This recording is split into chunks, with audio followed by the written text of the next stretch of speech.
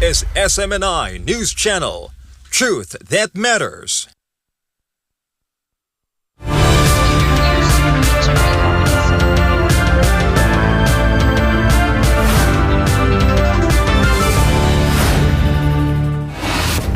In the headlines, transatlantic tensions rise.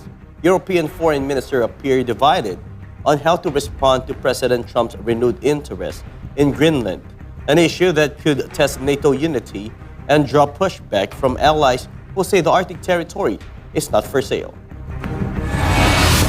Major fraud figure extradited. Chinese authorities have taken into custody Chen Zhi, accused kingpin of a multi-billion-dollar online scam network, after his arrest in Cambodia and subsequent extradition to China to face indictment. Protests entered dozenth day. Demonstrators across Iran continue mass rallies for the 12th straight day, fueled by deepening economic turmoil and widespread discontent with the government. U.S. seizure sparks diplomatic outcry from Beijing. China condemns the United States for seizing a Russian flag oil tanker in international waters, calling the move a serious violation of international law and an illegal enforcement of U.S. sanctions. In the Philippines, the Office of Ombudsman says former Undersecretary Cabral's computers remain unopened as legal procedures are reviewed amid potential investigations involving senators, including a suggestion from Remulla that Senator Amy Marcos should know better. Trust ratings need a miracle. Former Press Secretary warns President Bongbong Marcos Jr. faces an uphill battle to rebuild public confidence after his net trust rating dropped to -3 during the holiday season. Venezuela defends trade ties. Acting President Delcy Rodriguez says Venezuela is strengthening its diversified international partnerships despite deteriorating political relations with the United States. I'm Franco Baranda. Newsline World starts now.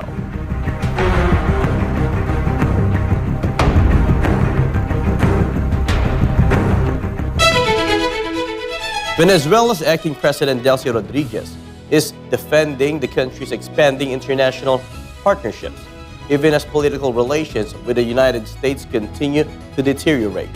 Joy Tabanao reports.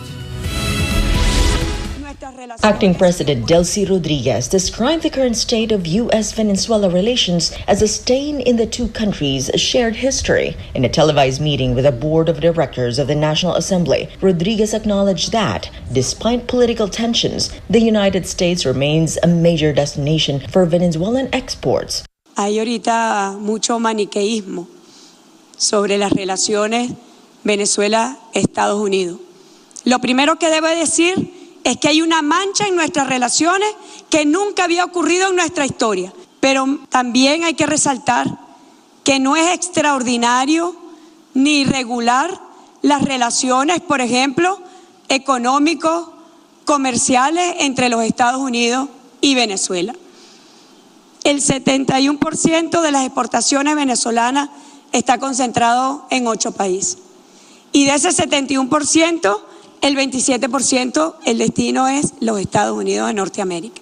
Rodriguez said Venezuela's economy depends on maintaining ties with multiple regions, stressing the need for diversified markets worldwide. She rejected claims that Venezuela had chosen international isolation, saying instead that other countries had cut ties after participating in actions hostile in Caracas. Rodriguez said global pressure on Venezuela had never been about democracy or human rights, but about control of its energy resources. Porque ustedes saben que la voracidad energética del norte quiere los recursos de nuestro país. Y lo habíamos denunciado. Toda la falsedad de que el narcotráfico, la democracia, los derechos humanos, no eran las excusas. She said Venezuela remains open to energy cooperation, provided partnerships are based on mutual benefit and clear commercial. Their remarks come days after U.S. Special Forces raided Venezuela to capture President Nicolas Maduro and his wife, an operation regional leaders say crossed a red line. Leaders in Brazil, Mexico, and Colombia condemned the operation as a violation of Venezuelan sovereignty and international law, warning that it risks further escalation and instability in Latin America. Joy Tabanao, your citizen correspondent reporting for Newsline World. A gray fleece tracksuit worn by former Venezuelan President Nicolas Maduro has unexpectedly become a fashion talking point in New York after a U.S. released photo of him in custody went viral. Carla de la Peña has the story. It was U.S. President Donald Trump who shared the first image of captured Venezuelan President Nicolas Maduro. The image shows the longtime leader wearing a gray tracksuit, headphones, and dark sunglasses. The look quickly caught massive attention online. Maduro's clothing in question is Nike's Tech Fleece tracksuit, which sells for about $140. And at the New York store, shoppers and tourists are now looking to recreate the so-called Maduro fit. A store staff said interest in the tracksuit has noticeably picked up since the photo was released. Many customers are coming in specifically asking for the same style and color. The heightened popularity because of the release picture that came out has definitely gone up, especially during this winter time. A lot more tourists are coming in for this in particular to recreate the photo.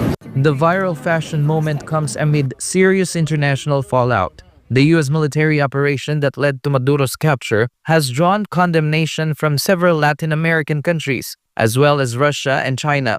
European leaders have also urged respect for international law. But on the streets of New York, it's not geopolitics grabbing attention, it's a gray tracksuit, suddenly turned into an unlikely global style reference. Reporting for Newsline World, this has been Carlo de la Peña, SMNI News. Protests erupted in Mexico City as activists allege a private foundation is abusing rescued animals and calls on authorities to step in. Cabral has the story.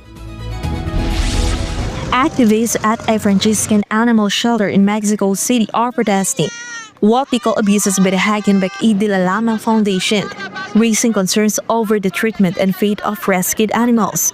The controversy has raised questions about animal welfare, accountability, and the role of authorities in overseeing private foundations in Mexico City. Esto que está pasando en este lugar es un verdadero atropello lo que está haciendo la Fundación Hagenbeck y de la Lama, porque este lugar fue dado en comodato hace muchos años para el refugio franciscano, con la única condición que mientras se mantuviera el protocolo de protección a los animales, nadie podía atentar contra ellos. La Fundación Hagenbeck ha cometido una serie de atropellos, de abusos, incluso legales. Hay mucho contubernio con las autoridades. Yo pregunto, ¿dónde estás, Clara Brugada, que permites esto? Activists took to the streets outside the shelter, calling attention to what they say are false claims by the foundation about the animals under their care. Las imágenes que ellos tomaron de forma, de alguna manera intencionada, eran animales que acababan de ingresar, eran viejitos rescatados, eran animales que estaban en tratamiento. Y ellos dijeron que eran animales que teníamos de forma permanente así. Están mintiendo, pero mintiendo de la forma más horrorosa, más violenta. Police officers were present during the protest, but tensions remained high between authorities and shelter staff. El refugio se ha caracterizado porque nosotros somos la única entidad que todos aquellos animales que eran rechazados, nosotros somos los únicos que los defendíamos, los únicos que los amparábamos. Activists also expressed frustration over the lack of transparency regarding the animals' future. Yo creo que tenemos derecho, como dueña o tutores de los animales, tenemos derecho a saber dónde van a parar nuestros animalitos.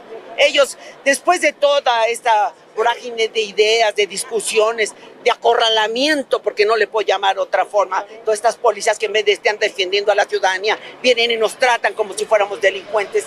¿Verdad? Después de todo esto, la verdad es que no tenemos idea dónde van a terminar nuestros pobres animales, y lo peor de todo es que ellos siguen siendo las víctimas de nosotros, ¿no?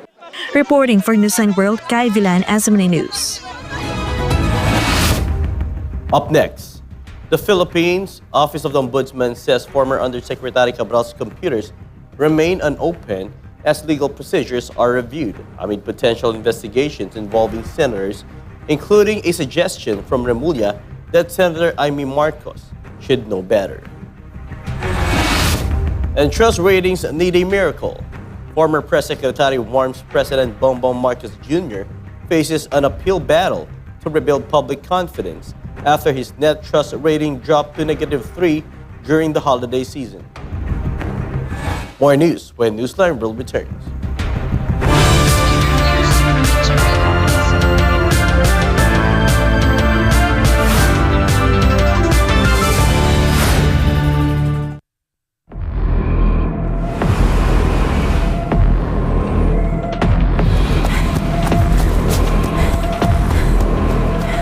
Hoy, magnanakaw! Tingin! Pulis ka! Hala, magnanakaw! Magnanakaw! Magnanakaw! Hoy, magnanakaw! Magnanakaw! Magnanakaw!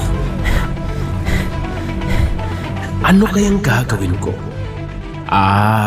Ipamimigay ko yung konti para tumigil sila sa pag-iingay. Pare, magnanakaw, namimigay ng pera. Ito ang sayo. Wow! Ang bait ng magnanakaw! Ito naman sayo. Kuya, yung Eto share ko! Sana Huwag ka nang maingay. Eto pa. Tama na yan. Nakikipalato lang kayo eh. Huwag nang maingay.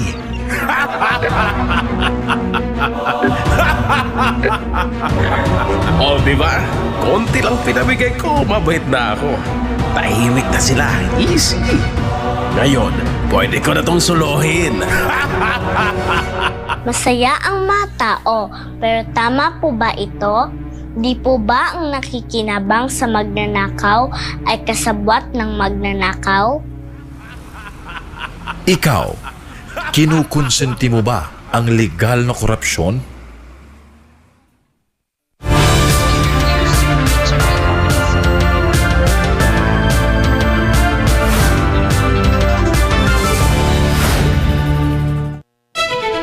Back in the news, President Bongbong Marcos Jr. would have a hard time restoring public trust after his net trust rating fell to -3 during the holiday season. Let's find out more about this from MJ Mondihar.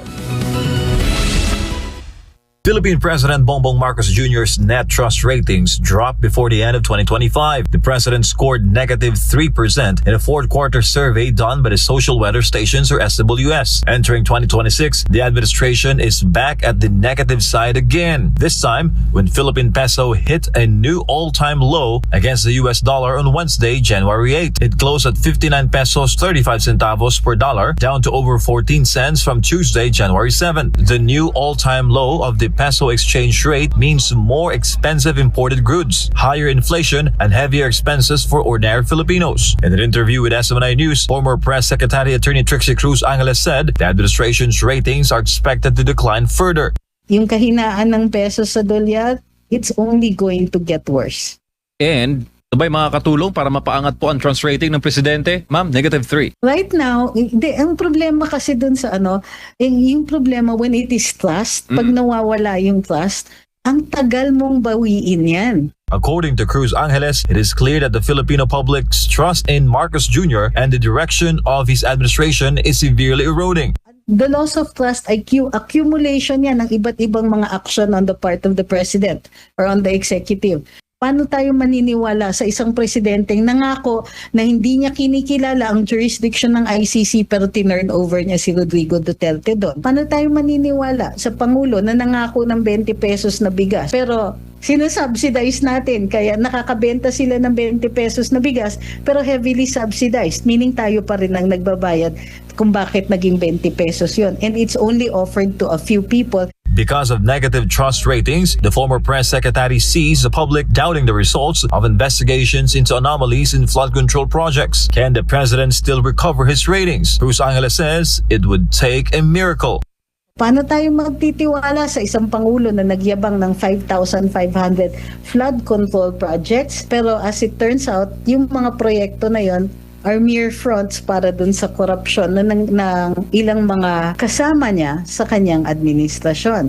So, makakaresto, it's going to take a miracle para tumaas yung trust and trust ratings niya. Malacanang, on the other hand, said Marcos Jr. remains steadfast despite the negative survey ratings. He is also prepared to face the impact of the anti-corruption campaign, especially regarding anomalies in flood control projects. According to PCO Undersecretary Claire Castro, the survey serves only as a guide and will not affect the president's continuous work, especially in combating corruption. Even with negative trust ratings, there's still a chance for the president's approval ratings to rise. Approval ratings measure whether the public supports a leader's policies or programs, but this depends on whether the president works on them. Pero he has to be working on it. Nasaan ang mga polisiya para mapababa yung presyo ng pagkain? Nasaan yung mga polisiya para ma-improve ang peace and order situation? Kasi peace and order is directly related to economic recovery. Ano naman ang ginagawa niya to control corruption para yung pera na ginagastos ng gobyerno is more efficient and more importantly, spent here? Pero wala eh. Reporting for Newsline World, this has been MJ Mondeja, SMNI News. The Office of the Ombudsman has reportedly not yet accessed the computers containing the so-called Cabral files. The Ombudsman is currently reviewing the proper legal and technical procedures for opening them. Sheena Torn reports.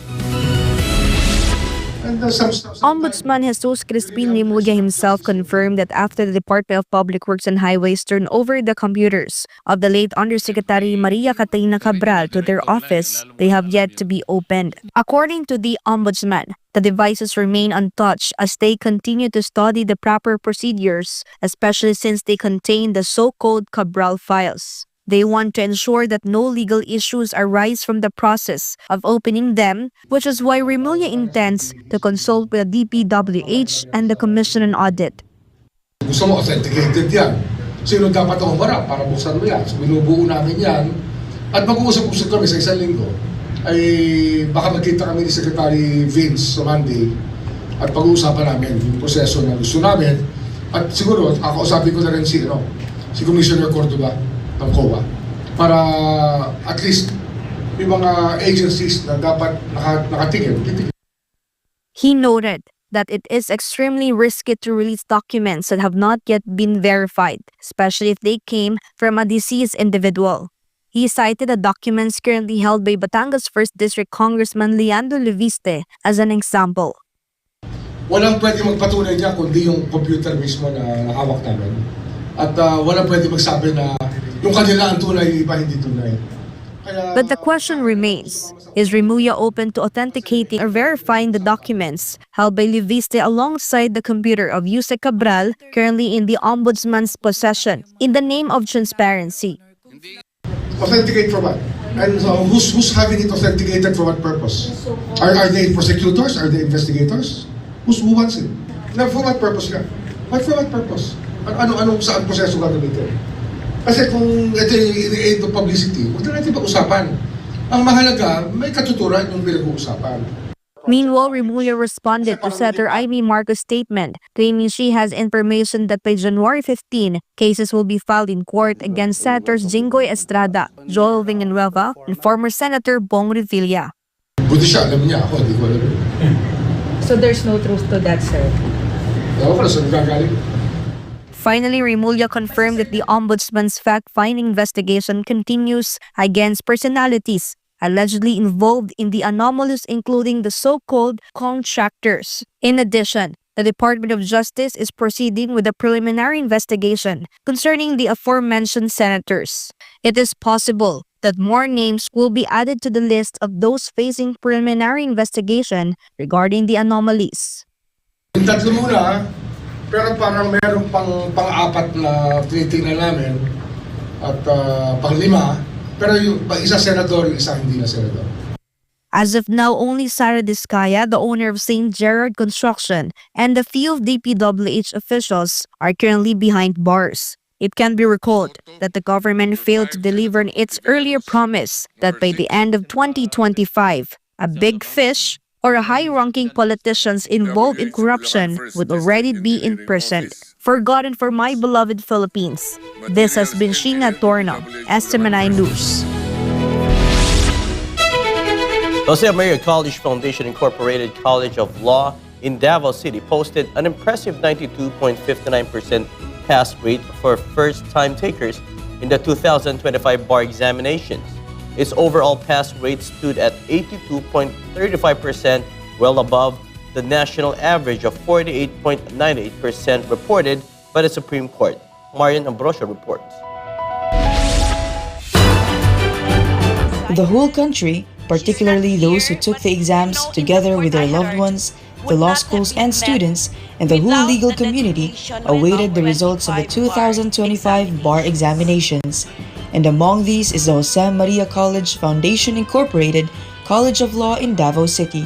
Following the release of the list of passers by the Supreme Court, headed by the 2025 bar exams chair, Justice Amy Lazaro Javier, JMCFI College of Law posted a 92.59% pass rate for its first-time takers, which translates to 27 out of 34 who took the bar exams, while it garnered 42.86% pass rate for the retakers and an 82.35% overall pass rate, which translates to 28 passers, which is higher than the 48.98% national passing rate. Among the 28 new lawyers of Jose Maria College are Attorney Alvan King Abayon, Attorney Karen Grace Agimod, Attorney Edsrapil Apil, Attorney Romer J. Aranez, Attorney John Dondi Balbuena, Attorney Linnaeus Ferdowsi Serna, Attorney John Ray Codilla, Attorney Uriel Comania, Attorney Prince Lloyd de Palubos, Attorney Merlin Elumba, Attorney Kimberly Florentino Navarra, Attorney Jemima Ganancial,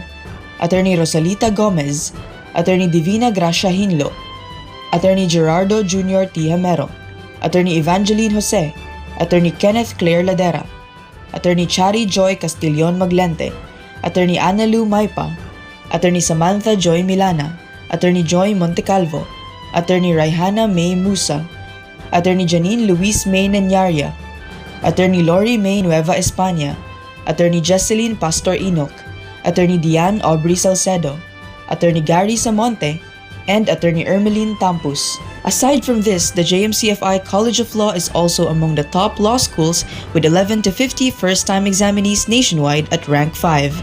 Meanwhile, the JMCFI College of Law community expressed their heartfelt congratulations and well wishes to the institution's new lawyers.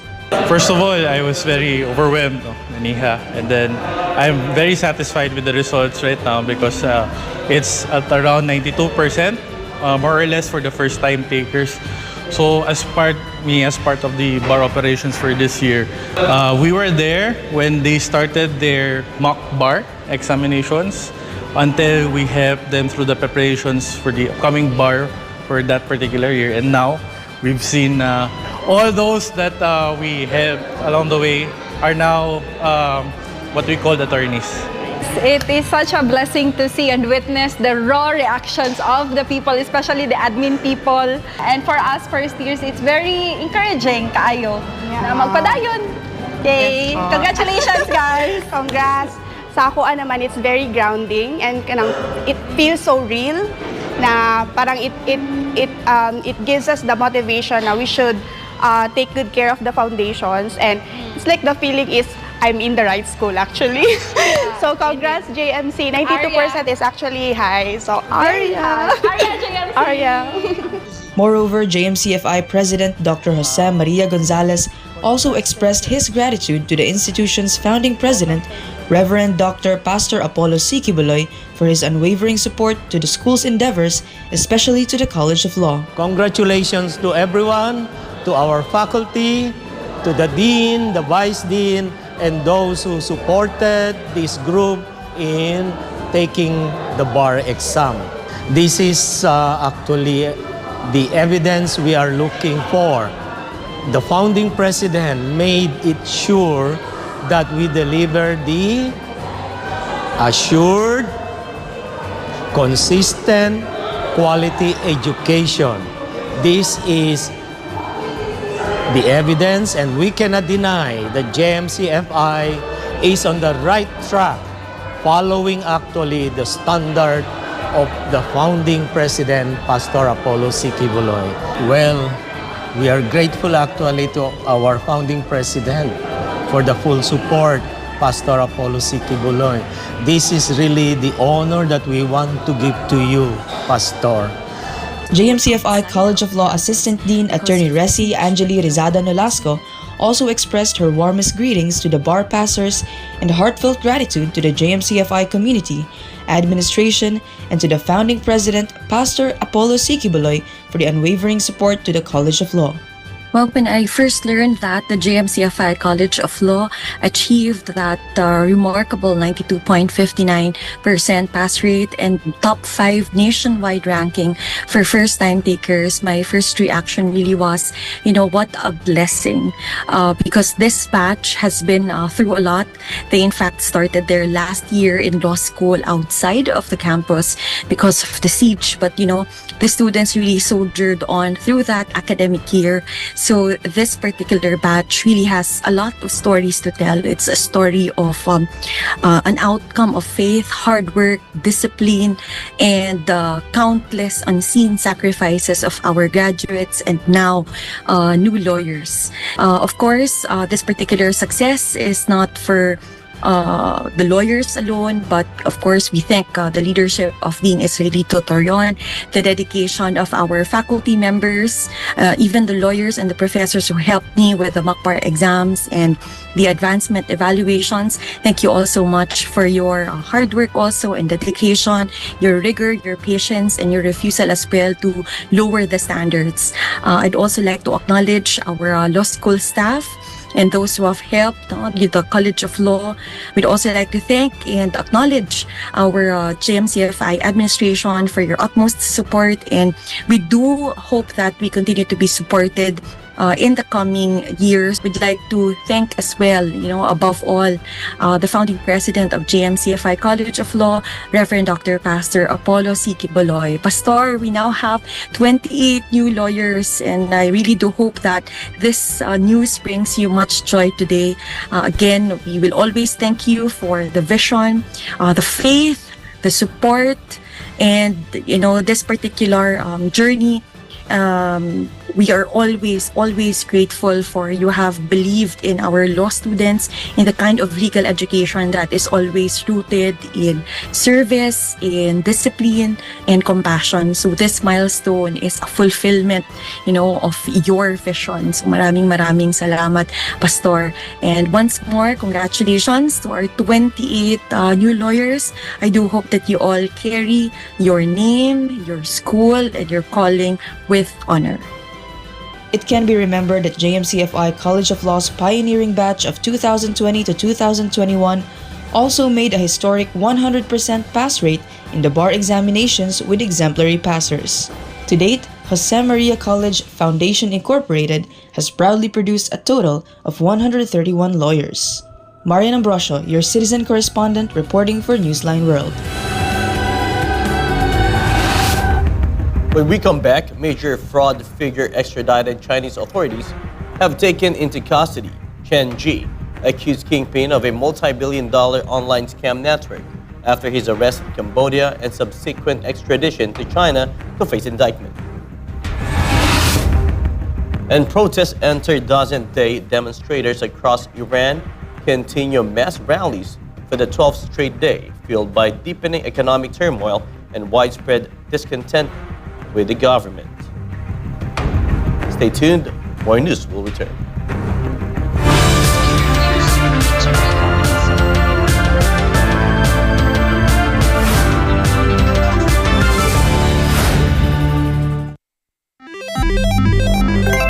Isang pindot lang, pwede kang maka-jackpot.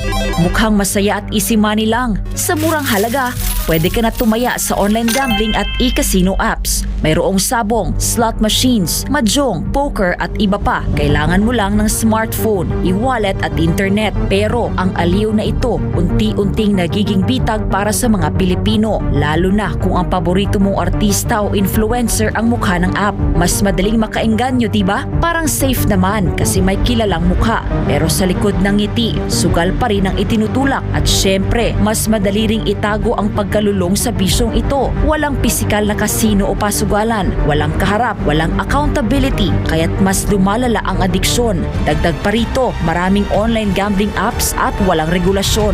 Sa likod ng mga makukulay na interface at papremyo, nakatago ang problemang bumabalot ngayon sa bansa. Ang pagkalulong ng maraming Pilipino sa online gambling. Pwede maglaro kahit saan, kahit kailan, kahit sino, bata man o matanda, pwedeng malulong.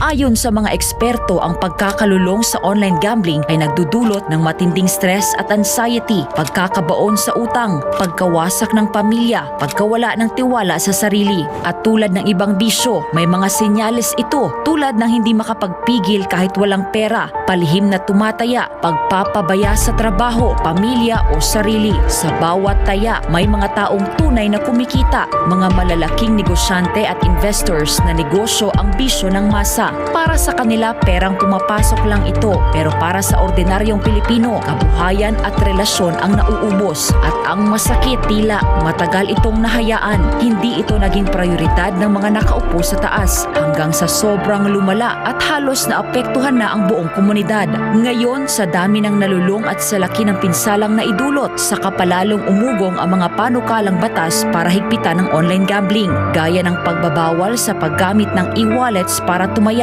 pagtaas ng minimum bet, mas mahigpit na identity verification, pag-block ng mga illegal na gambling sites, at bawasan o ipagbawal ang mga ads na target ang kabataan. Maaari itong magmukhang laro lang, pero sa katotohanan, isa itong sugal sa kinabukasan. Ang kita na dapat sa mga pangunahing pangangailangan o ipon na uubos sa sugal. At sa mundo ng online gambling, mas madali kang matalo kaysa manalo. Huwag hayaang sugal ang magdikta sa iyong buhay. Isang paalala mula sa SMNI.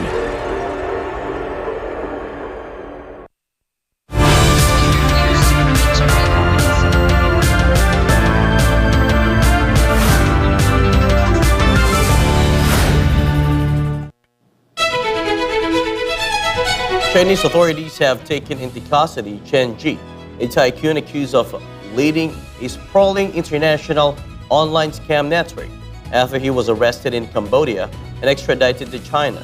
More on this from Prince Tripoli. Cambodian officials confirmed that 38-year-old Chen Zhi, chairman of Prince Holding Group, was among 3 Chinese nationals arrested and extradited to China on Tuesday at Beijing's request. A video from China's Ministry of Public Security shows Chen being escorted off a China Southern Airlines flight on January 7 under heavy ground. Chen's Cambodian citizenship, granted in 2014, was revoked last year. Chinese prosecutors are investigating him for running illegal online gambling, fraud, money laundering, and other crimes. Chen has been targeted internationally. U.S. authorities filed wire fraud and money laundering charges last October, accusing his syndicate of running cyber scam centers, exploiting trafficked workers in forced labor compounds, and laundering profits through casinos, cryptocurrency, and other channels. The U.S. Treasury and UK Foreign Office has sanctioned Chen and his companies, freezing assets worldwide, including $14 billion in Bitcoin and multiple high-value properties. Cambodia's central bank has placed Prince Bank under liquidation. Experts say Chen's arrest is a major step in cracking down on Southeast Asia's large-scale online fraud networks. China says fighting online gambling and telecom fraud crimes is a shared responsibility of the international community. 打击网赌电诈犯罪是国际社会的共同责任。一段时间以来，中方同柬埔寨等国积极合作，打击跨境电信网络诈骗犯罪，取得了显著的成效。中方愿意同包括柬埔寨在内的周边国家加大执法合作力度，维护人民的生命财产安全和地区国家的交往合作秩序。 Reporting for Newsline World, this has been Prince Tripoli, SMNA News. Burkina Faso says it has foiled a plot to assassinate President Ibrahim Traoré, accusing the country's former leader of orchestrating the operation from neighboring Ivory Coast. Angel Pastor tells us more. Crowds took to the street in Tehran, Avaz, and several other cities, chanting slogans and marching through major thoroughfares. Iran has been gripped by unrest since late December, with demonstrations initially breaking out in the capital before spreading nationwide. Protesters have voiced anger over rising prices, unemployment, and the sharp decline of the Iranian rial against the US dollar, which has added pressure to household budgets.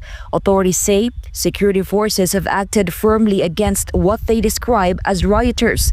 Tehran Police Chief Brigadier General Ahmad Reza Radan said on Tuesday that a large number of people have been arrested after being separated from demonstrators, adding that police had dealt decisively with those involved in unrest. Iranian officials insist the protests are limited in scope and say steps are being taken to address economic grievances. They have also accused foreign adversaries of exploiting Iran's economic difficulties to incite unrest. The protests have unfolded amid heightened rhetoric from Washington. U.S. President Donald Trump has warned that the United States could intervene if protesters are attacked, increasing tensions as demonstrations continue. Reporting for Newsline World, this has been Angel Pastor, SMNI News.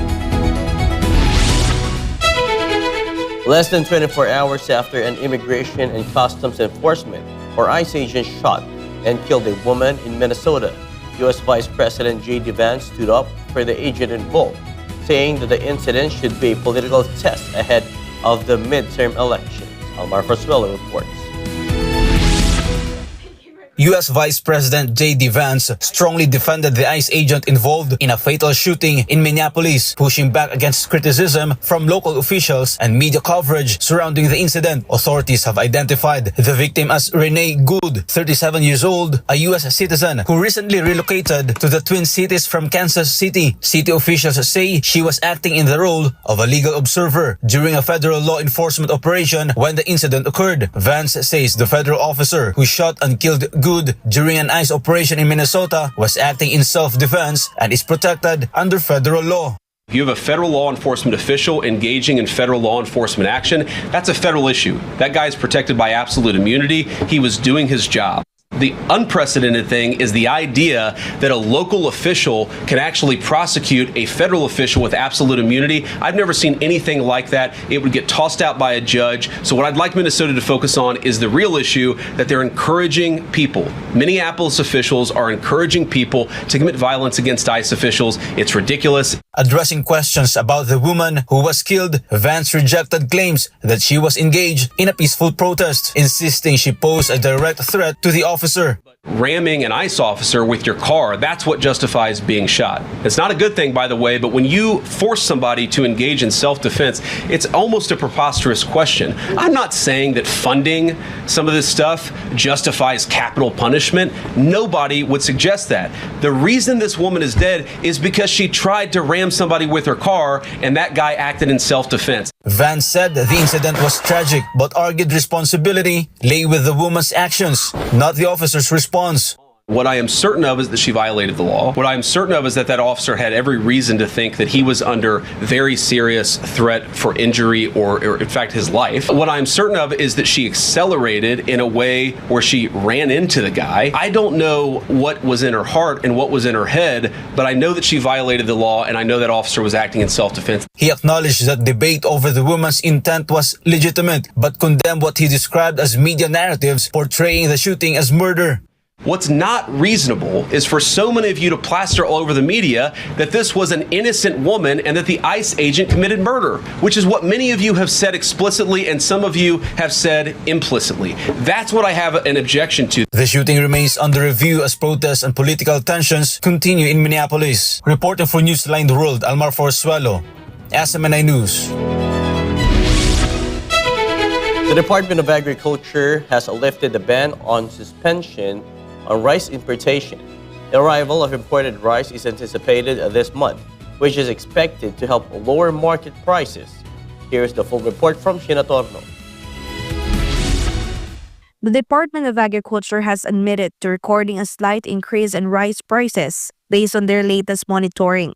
The agency specifically pointed to well-milled imported rice, which previously averaged around 45 pesos per kilogram, but has now reached 47 pesos per kilogram. One of the reasons cited for the rice price hike is the import ban implemented by the agency starting in September 2025. However, the price increase remained minimal despite the ban, thanks to the strong production yield of locally harvested palay.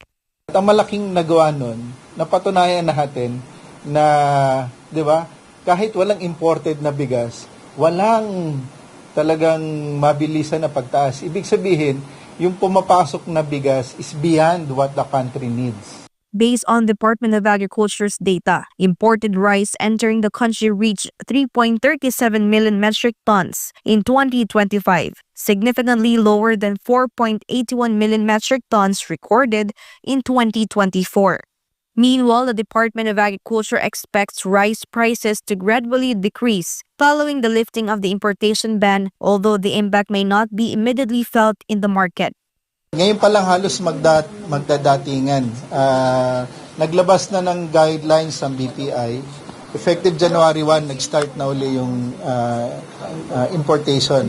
Pero may mga selected na mga ports of entry lang para mabantayan ng husto and dapat makarating within 60 days.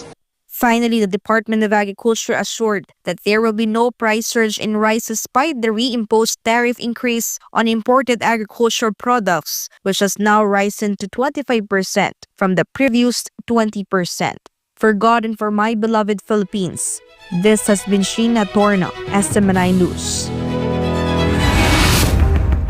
After the break, transatlantic tensions rise.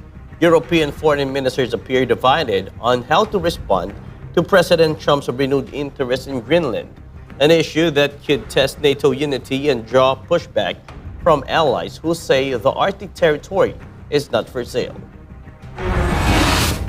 A new seizure sparks diplomatic outcry from Beijing. China condemns the United States for seizing a Russian-flagged oil tanker in international waters, calling the move a serious violation of international law and an illegal enforcement of U.S. sanctions.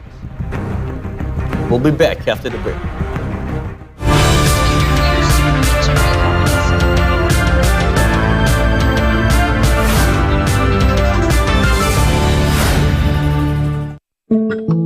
Madalas ka bang napapasobra sa pag-scroll sa phone mo kahit puro masasamang balita ang nakikita mo? Isipin mo ito. Nakahiga ka na sa kama, nagche-check lang ng phone bago matulog. Tapos, hindi mo na malayan, ilang oras ka na palang nagbabasa at nanonood ng mga balita tungkol sa digmaan, sakuna, politika at lahat ng masasamang nangyayari sa mundo. Nakakaramdam ka na ng kaba at pagod, pero tuloy mo pa rin ang scroll mo. Ang tawag dyan ay doom scrolling. Ito ang habit ng paulit-ulit na pagtingin sa mga negatibo o nakaka-depress na content tulad ng digmaan, krimen o problema sa mundo. Nakaka-stress pero hindi mo pa rin mapigilan.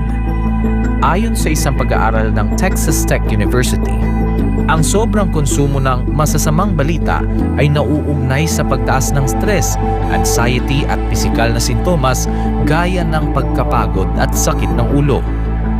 Ayon naman sa Harvard Health, ang doom scrolling ay nagpapataas ng fight or flight hormones tulad ng cortisol at adrenaline na nakakapagpabigat ng isip at katawan. Nakakaapekto ito sa iyong mood, tulog at maging sa mental at physical health mo. At kapag naman puro memes at random na content ang pinapanood mo ng sunod-sunod hanggang sa mawalan ka na ng gana na mag-isip at gumawa ng iba pang gawain, ang tawag naman dyan ay brain rot. Sa Gen Z at tinatawag na internet culture, ang brain rot ay overconsumption o sobrang tagal na panonood ng paulit-ulit, mababaw, magulo o walang saysay na content online hanggang sa parang manhid na ang utak mo. Kapag nasobrahan, syempre, nakakasama. Nawawalan ka na ng focus, nawawala ang motivation, hirap mag-isip ng malalim, parang lutang o foggy ang utak. Masaya sa simula, pero kapag sobra, napapagod ang isip mo. Nahihirapang mag-concentrate at parang lutang. Mas delikado pa ito sa mga bata dahil ang utak nila ay nasa proseso pa ng pagdevelop. Kaya mas malakas ang epekto ng doom scrolling at brain rot sa kanila. Maaaring makaapekto sa pag-aaral, pag-iisip at pakikitungo sa iba. Ang higit sa 4 na oras ng screen time araw-araw sa mga kabataan ay konektado sa 35 to 88% na mas mataas na posibilidad ng depresyon, anxiety at stress.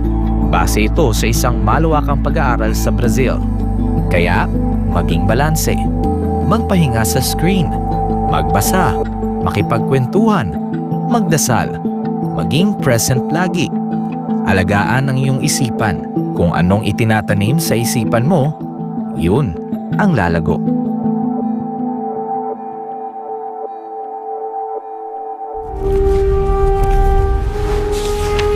Pasasaan pa ang kalayaan kung ang mga alipin ngayon ay sila din naman mang-aalipin bukas.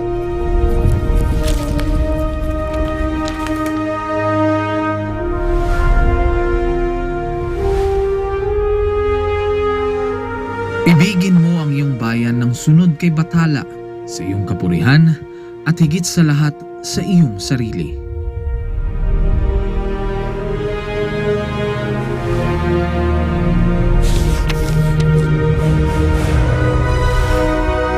Hindi natin mapapalaya ang ating mga sarili maliban kung sumulong tayo na nagkakaisa sa iisang hangarin. Ang tunay na makabayan ay ang tumutupad ng pagpapabuti ng kanyang mga kapwa, gaano man kaaba ang kanyang katungkulan.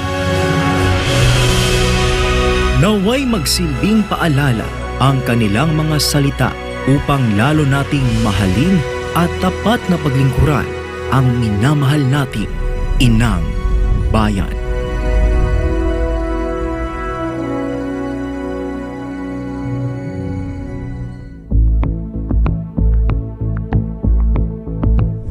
Ikaw ba ay namomroblema sa taas ng electric bill buwan-buwan?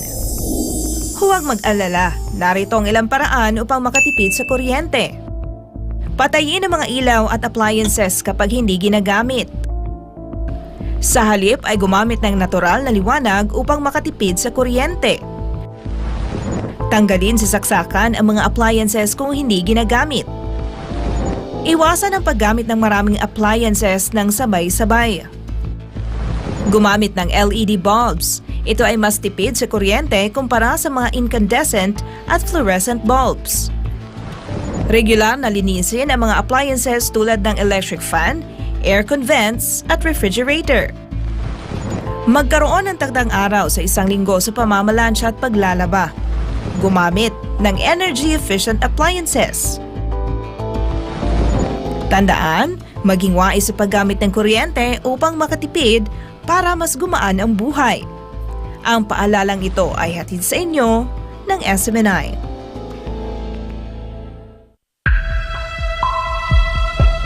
Sa kabila ng mga mas modernong kaalaman at teknolohiya, nananatiling matindi ang banta ng HIV sa Pilipinas. Pero gaano nga ba kalala ang sitwasyon? Ang HIV o Human Immunodeficiency Virus ay isang sakit na sumisira sa immune system ng katawan. Ngunit tandaan, hindi ito nakukuha sa simpleng pakikisalamuha. Hindi mo agad mararamdaman, pero unti-unti nitong pinapahina ang katawan. At kapag hindi naagapan, humahantong ito sa AIDS, ang huling yugto na impeksyon, kung saan halos wala ng panlaban ng katawan laban sa sakit. Patuloy na dumadami ang kaso ng sakit na ito sa Pilipinas. Isang nakababahalang pagtaas. Umabot na sa 500% ang itinaas ng HIV cases sa mga kabataang edad 15 hanggang 25. Ayon mismo sa Department of Health, 56 na bagong kaso ang naitatala kada araw sa bansa mula Enero hanggang Marso 2025. At ang pinakamatinding apektado, ang kalalakihan at kabataang Pilipino. Dahil dito, ang Pilipinas na ngayon ang may pinakamataas na bilang ng bagong kaso ng HIV sa buong Western Pacific region. Isang indikasyon ng lumulubhang sitwasyon Kaya nananawagan ng Department of Health gawing opisyal at urgent ang laban sa HIV sa pamamagitan ng isang Public Health Emergency Declaration. Kalalakihan ng pangunahing apektado, 95% ng bagong kaso ay lalaki. Mahigit 1/3 ay kabataang nasa edad 15 hanggang 24. Habang wala pang deklarasyon, patuloy ang DOH sa mga sumusunod na hakbang: HIV testing, libreng gamot, self-test kits, at pakikipagtulungan sa DepEd para sa edukasyon sa mga paaralan. Isinulong rin ng DOH ang online patient appointment system para sa HIV patients.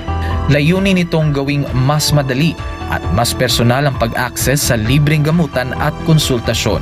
Ayon sa schedule ng pasyente, ang HIV ay hindi tulad ng flu.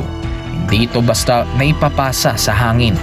Ito ay naipapasa sa pamamagitan ng personal na desisyon. Kailangan din nating pagtuunan ng pansin ang ugali, disiplina, at personal na responsibilidad. Isang paalala mula sa SMNI.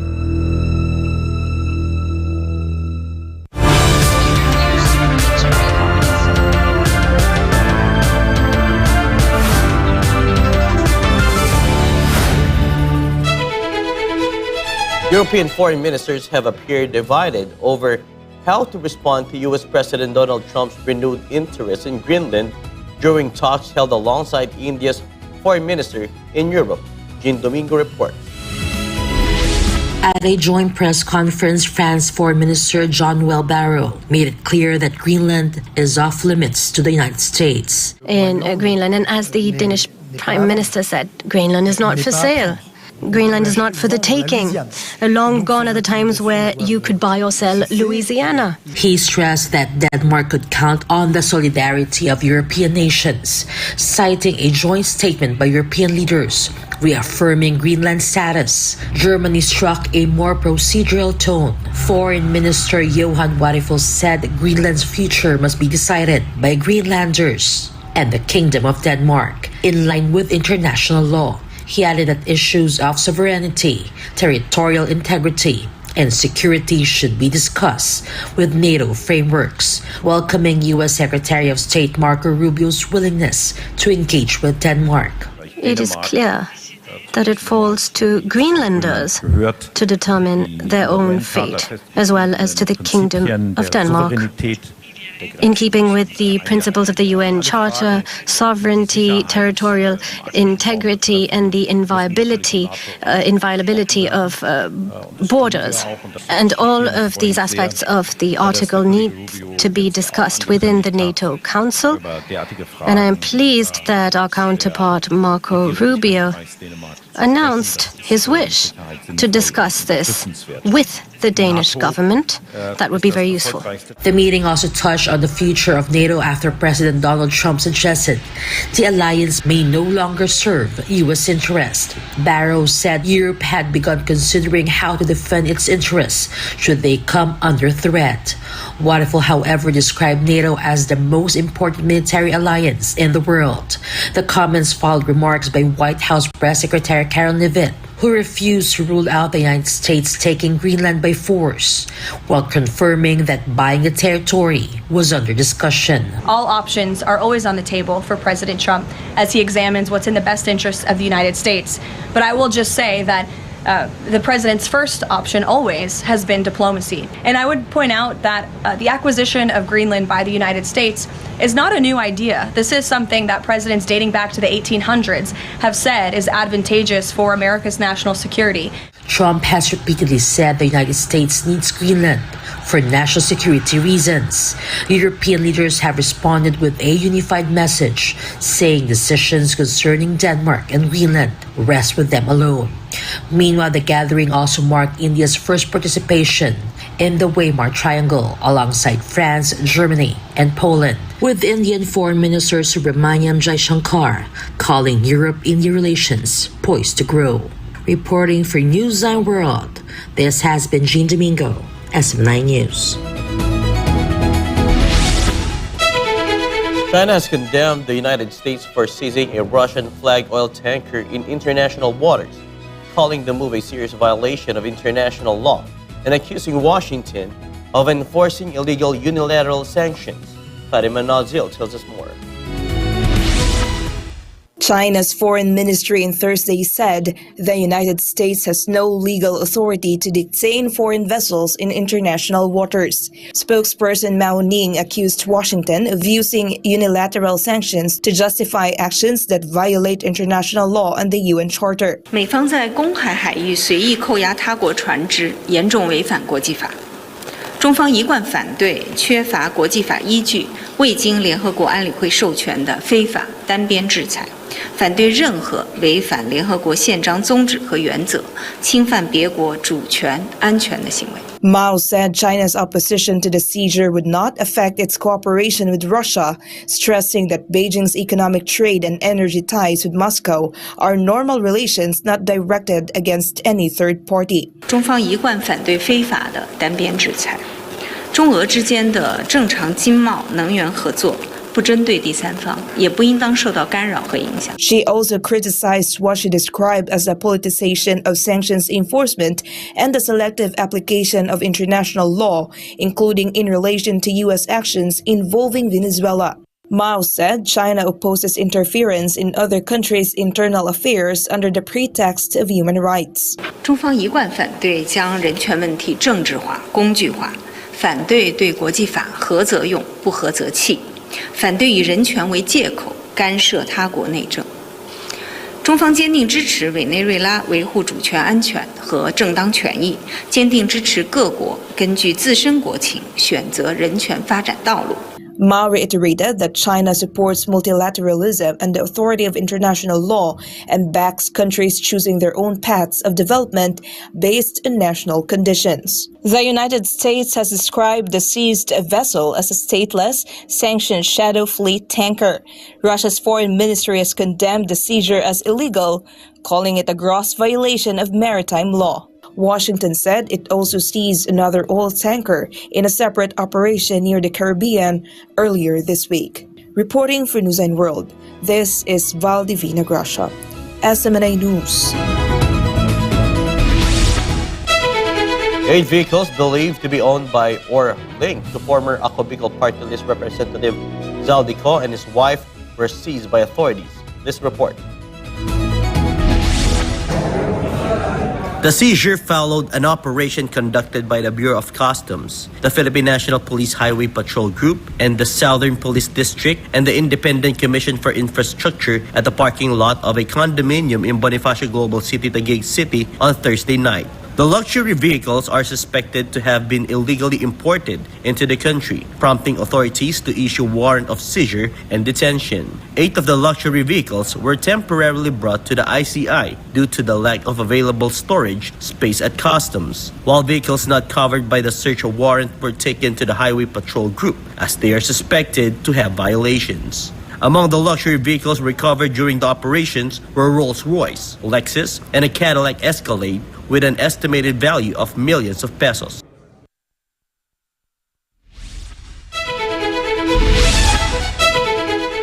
Following Sims Construction Trading, the Bureau of Internal Revenue has also filed a multi-million peso tax evasion complaint against the sole owner of Wawaw Builders in connection with an alleged ghost project in Bulacan.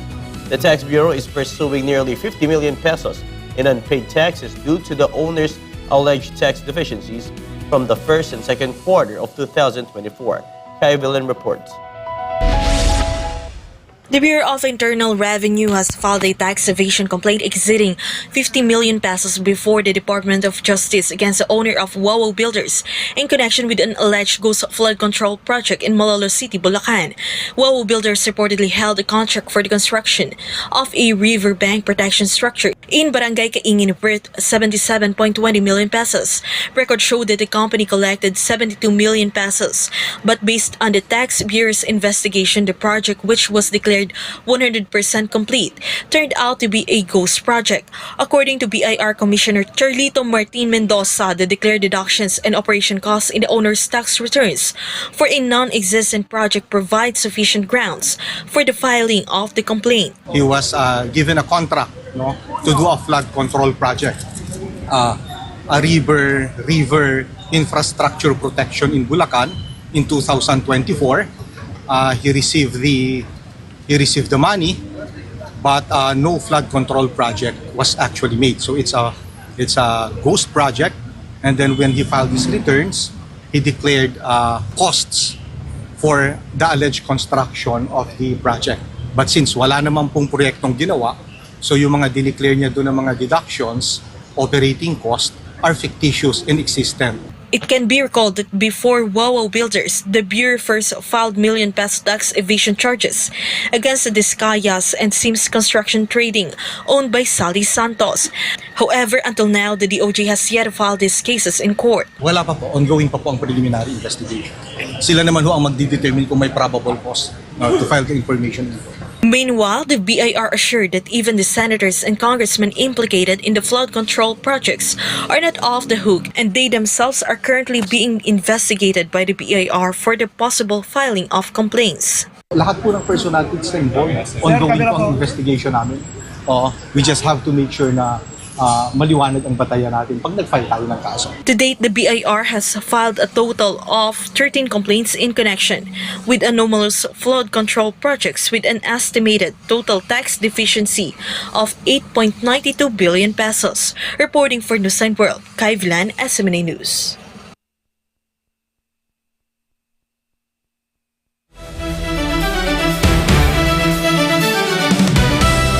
Filipina tennis star Alex Ayala continued her impressive run in New Zealand, powering into the semifinals of the ASB Classic after a straight sets victory over Magdalena Net. Meanwhile, U.S. Olympic snowboarder Chloe Kim's bid for a historic third straight gold medal is in serious doubt after she suffered an unexpected shoulder injury during training in Switzerland. This report. Filipino tennis sensation Alex Ayala is on fire, sweeping past Polish veteran Magdalena to reach the semifinals in Auckland. The world number 53 Filipina Alex Ayala dominated the quarterfinal match, winning 6-3, 6-2 to mark her first career victory over the experienced Polish player. Ayala, who previously lost to Lynette in their two prior meetings, showed composure and aggression, capitalizing on openings and controlling the pace of play. After a tight start in the opening set, Ayala pulled away by winning 3 straight games to take command before carrying her momentum into a strong second set. The fourth seed sealed the victory in 1 hour and 37 minutes, setting up a semifinal clash against China's Xin Yu Wang. American snowboarder Chloe Kim faces uncertainty just weeks before the Winter Olympics after dislocating her shoulder in training. Chloe Kim said she took what she described as a silly fall while practicing a lax, dislocating her shoulder and casting doubt on her availability for the Milan Cortina Winter Olympics in February. The 25-year-old shared video of the crash, which showed her tumbling hard and sliding across the halfpipe. Kim did not specify which shoulder was injured and said she is waiting for MRI results to determine the severity of the injury. Despite the setback, Kim said she remains optimistic, noting she still has a range of motions and minimal pain, though she is concerned about the shoulder continuing to dislocate. Kim is aiming to become the first action sport athlete to win 3 consecutive Olympic gold medals. Her possible absence would be a major loss for the Games, as she has dominated women's halfpipe since winning gold in 2018 and repeating the feat in 2022.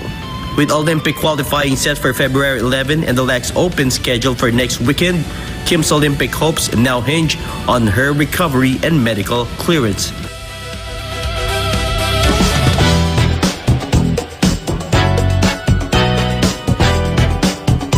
Actress Amanda Seyfried reveals that her extreme OCD helped her avoid some of the pitfalls of young stardom in Hollywood.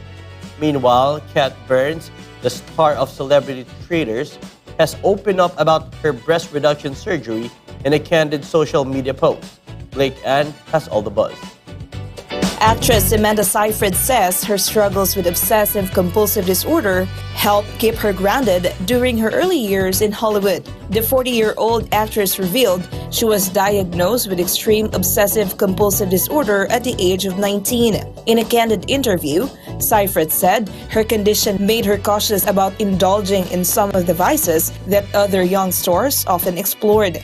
She explained that her fears about how such behaviors could affect her mental health kept her from going off the rails as a rising actress. Cypher's revelations shed light on the personal challenges behind her successful career and highlights the importance of mental health awareness in the entertainment industry.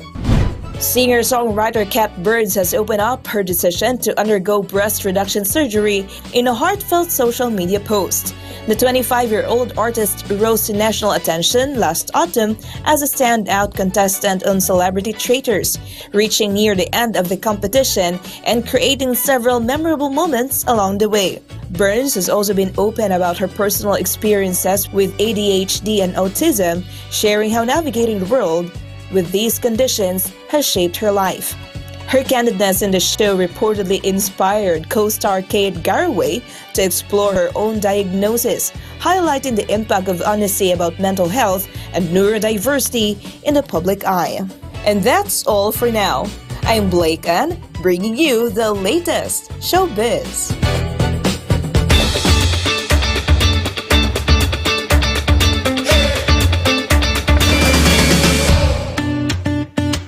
At Harbin's Winter Carnival traditions, a letting comes with a futuristic twist. Visitors are riding robotic sled dogs that bring tradition into the tech age. Joy Tabanao tells us more. Visitors to Harbin's Winter Carnival are getting a high-tech twist on a classic tradition, enjoying rides on robotic sled dogs for the first time. 在网上看见机器狗跑着，觉得很有意思，然后第一次来到冰雪嘉年华，实际体验了一下。现在觉得科技在进步，科技不仅能给人带来便利，而且也能给人带来欢乐。我觉得科技狗很有趣，很好玩，还想再玩一次。 The carnival, known for its ice and snow attractions, introduced robotic sled dogs this year, offering visitors a unique and futuristic way to enjoy traditional winter activities. 这个狗非常的有科技感，造福人类啊，很好玩。小时候都是爸爸妈妈带着我坐雪橇，第一次做这个非常的好玩。The robotic dogs perform synchronized movements and dance routines, delighting crowds with both entertainment and innovation. 我第一次来到哈尔滨来旅游，然后体验这种冰上项目，然后第一次碰到这种机械狗拉的这种爬犁，感觉很新奇。之前玩都是狗拉的，还有机器的，感觉这个体验感非常不一样，然后觉得很有意思，也希望大家都来体验一下。The new attraction reflects the growing blend of technology and tradition, bringing a futuristic element to one of China's most famous winter festivals. Joy Tabanao, your citizen correspondent reporting for Newsline World. From South Korea to around the world, visitors are capturing the magic of a winter illumination festival, amazed by artistry and skill of the lights. Let's find out more about this from Kai Villan.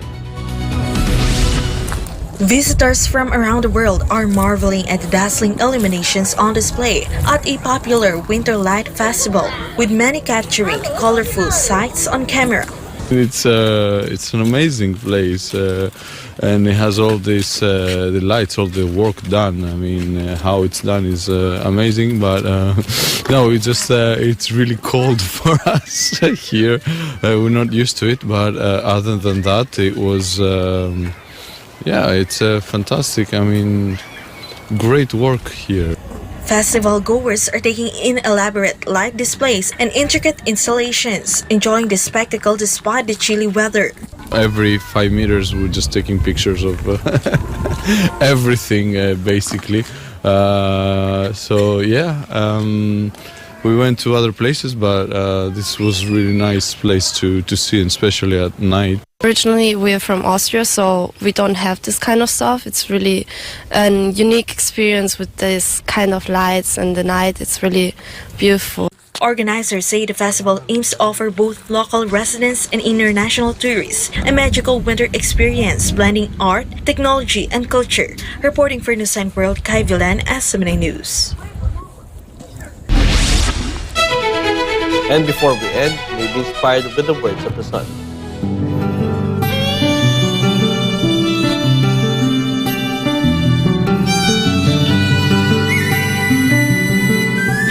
When you fall, stand up and rise again. Go back, restart, until you can stand again.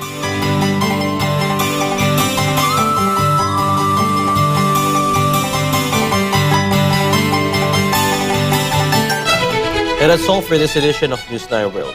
For God and my beloved country, the Philippines, I am Franco Baranda. Thank you for watching. Goodbye.